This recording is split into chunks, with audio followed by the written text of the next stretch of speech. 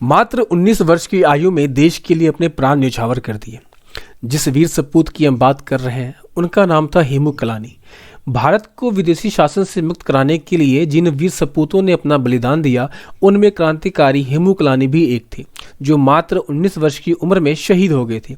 हेमू कलानी, जिनका जन्म 23 मार्च 1923 को सिंध के सक्खर, जो कि आज के समय में पाकिस्तान में है, यहाँ इनका जन्म हुआ। वे बचपन से ही काफ़ी साहसी थे। स्कूल जाने के साथ ही वे क्रांतिकारी गतिविधियों में भी सक्रिय हो गए थे।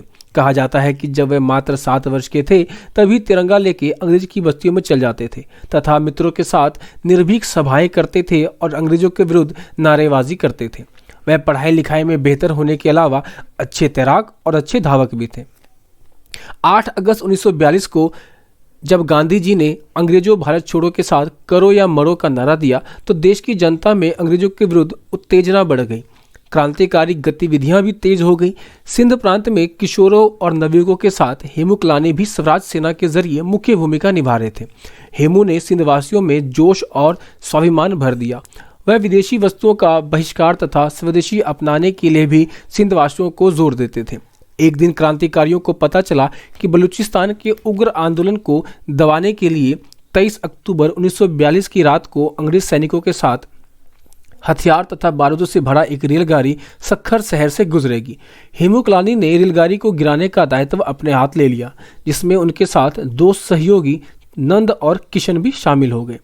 रेलगाड़ी गुजरने से पहले तीनों युवक उस स्थान पर पहुंचे जहां उन्हें इस क्रिया को अंजाम देना था। हेमू कलानी ने रिंच और हथौड़े की सहायता से रेल की पटरियों को उखाड़ना शुरू कर दिया। रात के सन्नाटे में हथौड़े की आवाज़ सुनकर सिपाही दौड़ कर आए। नंद तथा किशन तो छिप गए, मगर हेमू को उन्होंने पकड़ लिया। जेल में लाकर उन्हें कोरे बरसाए गए और दोनों साथियों का नाम पूछा गया। जितनी बार उनसे उनके साथियों का नाम पूछा जाता, हेमू यही कहते, मेरे 2 साथी थे, मेरा रिंच और हथौड़ा। सक्खर की अदालत ने हेमू को आजीवन कारावास की सज़ा सुनाई, लेकिन हैदराबाद स्थित सेना मुख्यालय के जो अंग्रेज अधिकारी थे उनके सिफारिश पे उनकी सज़ा को फांसी में बदल दिया गया। 21 जनवरी 1943 को हेमू ने इनकलाब जिंदाबाद तथा भारत माता की जय के नारे लगाते हुए खुद अपने हाथों से फांसी के फंदे को अपने गले में डाला, मानो जैसे फूलों की माला पहन रहे हों।